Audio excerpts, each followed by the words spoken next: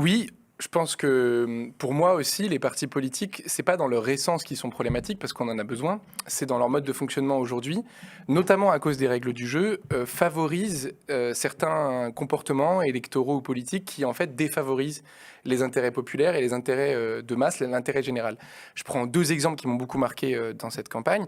Je sais que c'est pas correct de dire ça et que ce sera très vite contesté et contredit, mais je peux mettre ma main à couper que c'est vrai.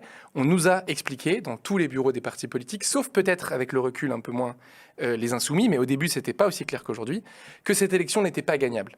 On nous l'a expliqué, théorisé, on nous a dit on ne peut pas gagner 2022, donc il faut qu'on abandonne. Et nous, en tant que jeunes qui arrivons avec cette perspective que 2022 c'est l'élection du siècle, il faut qu'il y ait une bifurcation qui s'engage tout de suite, maintenant, radicalement, on a été relativement désespérés par ce constat. Et pourquoi est-ce qu'ils ne souhaitent pas gagner 2022 ? Parce qu'ils préfèrent, pour la plupart d'entre eux, même s'ils ne l'avouent pas, ils le disent autour d'un café ou d'une bière, ils préfèrent avoir une marque forte de leur parti qui transmet une histoire, des capitaux et perdre avec cette marque forte, plutôt que d'avoir une marque plus faible dans une coalition large capable de gagner.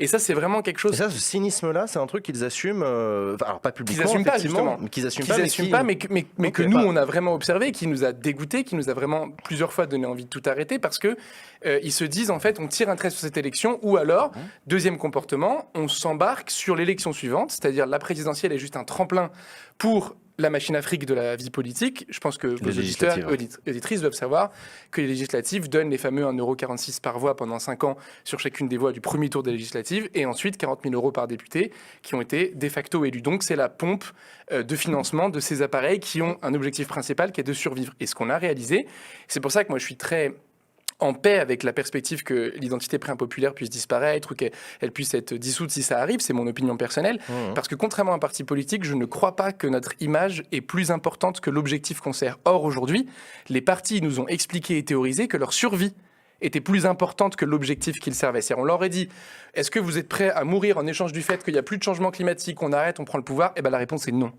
Parce que la survie des appareils vaut plus que le changement de la société. Et ça, c'est profondément inacceptable et c'est effectivement un diagnostic que, à titre personnel, je pose, et encore une fois, en mon nom propre, de cette expérience.